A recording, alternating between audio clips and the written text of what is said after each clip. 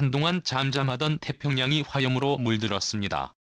솔로몬 제도를 지나던 중국 대군과 호주군이 충돌 중국 군함이 불에 휩싸이며 그동안 잠잠했던 호주와 중국 사이의 긴장 관계가 폭발했기 때문인데요. 중국은 아무런 잘못이 없다며 잡아떼고 있는 상황. 분노한 호주는 중국을 향해 분노하며 중국에게 되갚기 위해 한국에게 연락했다고 하는데요. 대체 어떤 일이 태평양 제도에서 일어나고 있는지 지금부터 자세하게 설명해 드리겠습니다. 바다에서 중국 함대가 모습을 드러냈습니다. 망원경으로 바라본 중국 함대는 대규모 병력이었는데요. 순찰 중이던 호주 해군은 다가온 중국 함대의 모습에 당황하며 이들의 적극적인 공세에 다급한 움직임을 보였습니다. 중국 대군은 이어 갑작스러운 공격까지 감행했는데요. 포탄은 물론이고 레이저빔까지 중국 함대에서 나왔습니다. 호주 해군은 이에 대응하여 중국을 향해 발포를 했습니다. 또 재화력에 중국 군함이 금세 불길에 휩싸여 침몰했죠. 다행히 호주군은 중국의 공격으로 인한 직접적인 타격을 입지 않았지만 중국이 지속적으로 공격했다면 큰일 날 뻔한 상황이었죠. 호주의 안방에서 호주 해군이 공격을 받은 것에 호주 정부는 를 감추지 못했는데요. 피터 조던 호주 국방부 장관은 중국의 뻔뻔한 도발 행위를 규탄 이를 가만히 있지 않을 것이라고 선언했는데요. 이어 이건 주권 국가의 주권을 침해한 명백한 침공이라고 선언하는 등 지속적으로 갈등을 보인 호주와 중국의 갈등은 폭발했습니다. 중국 대군이 모습을 드러낸 곳은 솔로몬 제도 근방 호주와 가까운 곳에 위치한 이 섬나라 앞바다인 솔로몬해에서 모습을 드러낸 것이죠. 육간으로 확인한 정보를 취합한 결과 공격 대응을 넘어서는 우르무치라 불리는 선박이 함선은 호주 주위를 탐색 중이다가 발각된 것으로 알려졌죠. 중국이 운영하고 있는 구축함이 왜 솔로몬 제도에 있었는지 호주 정부는 강경한 태도로 이에 대해 답을 해야 할 것이라고 말했는데요. 오히려 중국은 이번에 피격된 함선에 대해 호주 해군이 책임져야 한다고 말하며 이번 행위를 도저히 묵과할 수 없다고 주장했습니다. 언론들은 다급한 이 소식을 전하며 호주와 중국 사이의 긴장 관계를 보도했죠. 이번만이 아니라 일찍이 중국은 호주 연안을 탐색하려 하는 행동까지 보이며 호주를 위협했는데요. 중국 해군 정찰함이 호주 해군 기지 주변을 맴돌았던 적도 있었습니다. 정부에 따르면 중국의 정보 수집함인 하위왕 싱함이 서부 엑스마우스 헤럴드 홀트 해군 기지 인근을 지나가면서 첩보 활동을 벌였다는 소식을 전달했습니다. 중국의 함선인 815의 형하이왕 싱함은 대형 돔이 여럿 설치되어 있어 상대국 함정항공기화기 등의 기능 파악에 최적화된 함선이라고 알려져 있습니다. 그런데 중국이 말도 없이 호주 인근 해역에 화형식 함을 내밀며 호주를 대놓고 위협한 것입니다. 대만 해군 사관학교 교관 출신 군사 전문가 루리시는 한 언론사 인터뷰를 통해 중국은 지속적으로 호주를 감시해왔으며 활동 역시 처음이 아닐 것이라는 분석을 내놓았죠. 해군과 다르게 호주 공군에 대한 공격도 한 차례 있었던 상황.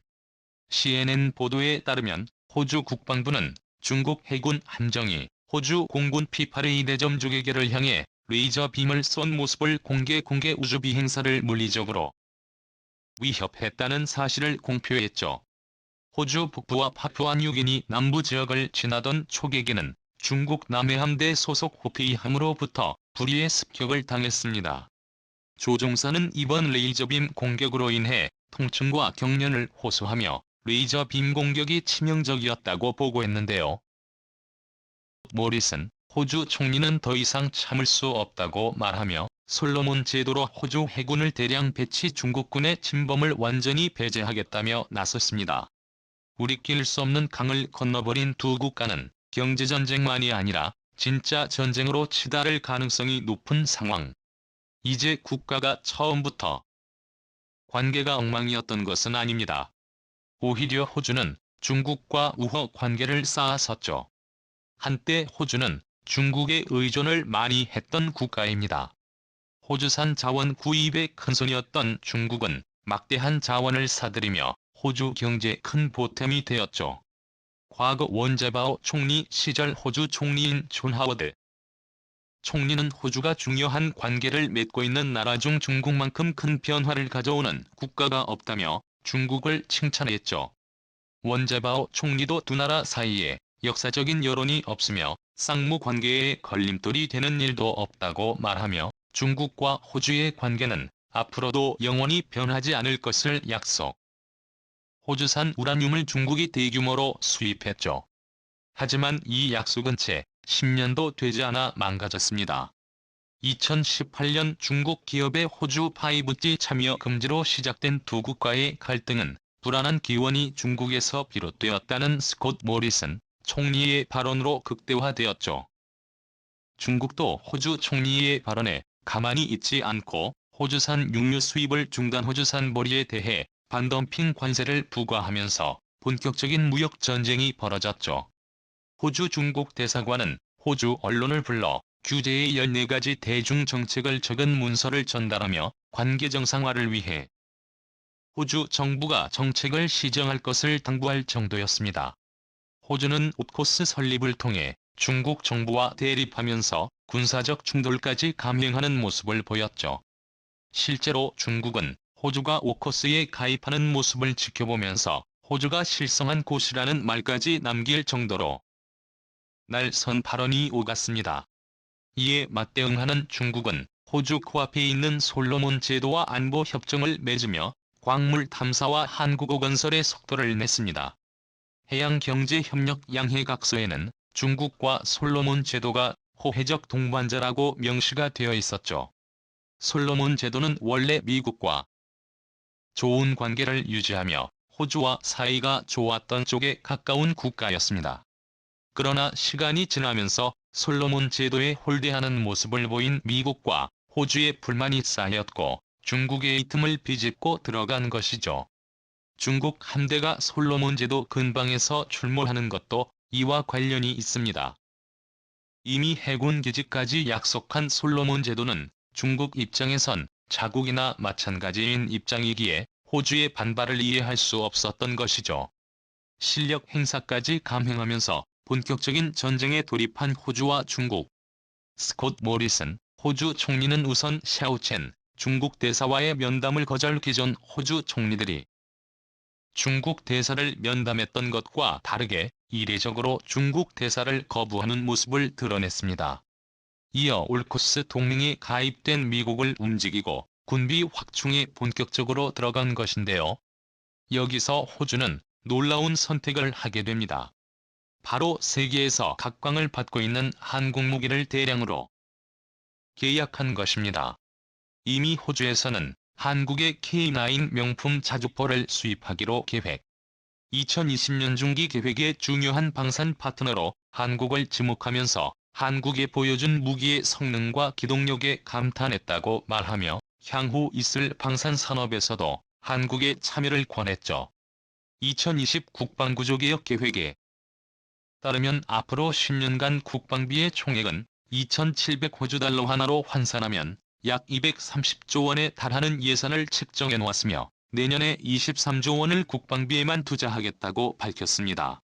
그 중에서도 육상 경기 중 가장 최고의 파괴력과 타격 수준을 보유한 한국의 K9 자주포는 일찍 호주에 눈에 들어왔고 이를 위해 호주는 자주포 생산자인 한화디펜스와 손을 잡고 호주 멜버른 중심가에서 서쪽으로 떨어진 질롱시 대규모 공장을 건설 중입니다. 현지 업체들의 대상으로 협력업체 4사를 구성한 이번 공장은 한국 입장에서 매우 중요한 생산 기조로 자리매김했는데요. 개인이 아닌 자주포만 아니라 결과에 따라서 레드백 장갑자도 생산할 수 있는 곳이기 때문입니다. 현재 독일 라인 메탈 디펜스와 최종 경합 중인 곳으로 알려진 한국의 레드백 전차는 성능으로는 이미 세계 최고 수준으로 알려져 있어 호주에서도 관심이 매우 높은 기종입니다. 언론에서는 가성비 면에서 타고난 레드맥이 최종 낙점받을 것이라는 분석을 내놓을 정도로 한국 무기의 신뢰가 높죠. 잠수함 역시 한국산 잠수함을 개항 물망에 올려놓고 있으며 국산 경공기 시장에서 맹활약을 펼치고 있는 FA-50도 호주 공군에서 지켜보고 있다는 소식이 호주 군사 전문지에 게재되면서 예산의 상당 부분을 한국 무기 구입에 쏟고 있습니다. 중국의 도발에 맞서 호주가 강력하게 무장해야 한다는 위기의식이 한국 무기 구입을 호주가 서두르게 만드는 요인이죠. 스콧 모리슨 총리는 호주 내 한인들의 기여를 언급하며 한국과의 협력이 중국이라는 위협을 막을 수 있는 방패라고 할 정도입니다. 조만간 대규모 병력 이동과 화력 전쟁으로 비화될 수 있는 중국과 호주의 치열한 태평양 권력 다툼 제대로 전쟁이 난다면 어느 쪽이 과연 승기를 가져갈 수 있을까요? 시민 주셔서 감사합니다.